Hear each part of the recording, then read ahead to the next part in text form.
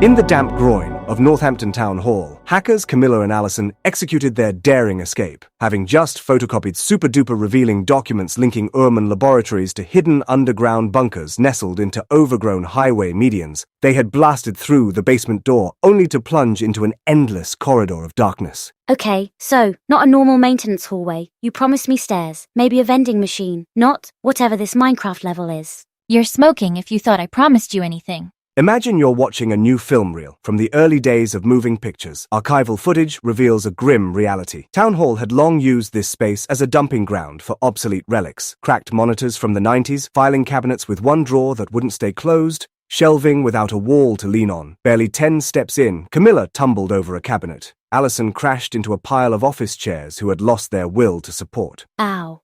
Okay, hey, when did I lose my smoothie? The door to Town Hall's labyrinth sealed behind them with a reverberatory ka-chunk. The Town Hall guards, who had been in hot pursuit of a pair of ne'er-do-wells mucking about in government property, quickly lost interest as their quarry wandered beyond the domain of their bureaucratic responsibility. They went into the old tunnels. I'm confused about how they could do that without proper authorization. I know what you mean, fellow guard. That requires a level of compensation that supersedes my current level of contractual obligation. That's not our problem anymore. I feel relieved and mollified by this outcome. Is this your smoothie? The guards departed, leaving the hackers isolated in the backroom's graveyard. Undeterred, Camilla and Allison waded through the long, dark tunnel toward a exit that they hoped for in their minds, but didn't feel with their senses. It grew colder, darker as they pressed on. Here, take my hand. It's hard as nuts to see in here. Also, I don't want you to fall into a pit of disabused printers. I cling to your eternal optimism that we'll find a way out of here. Seriously, where are we going?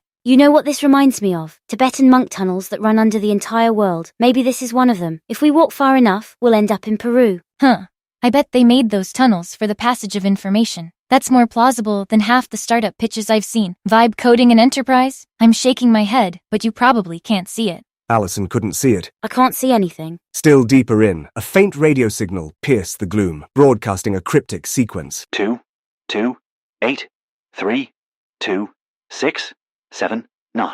Someone else might be down here. That sounds like a radio. Who leaves a radio on in the forgotten tunnel of doom? That sounds like a radio. Oh, right, you just said that. It could be a code or a message. It keeps repeating. Say something non-creepy, please, or find me a doorway out of here. I feel like we've been walking downhill, and that is totally not reassuring right now. Have I ever told you about the bubble and the leaf? What is the bubble and the leaf? Is it relevant to our hackers' current predicament? Will they ever find a doorway to salvation and see the light of 1,000 suns again? Is Doc Scott truly a doctor or a Scot? Should they turn around and throw elbows to the guards in a vain attempt to scurry from wall to wall in the labyrinth? What the heck were those numbers?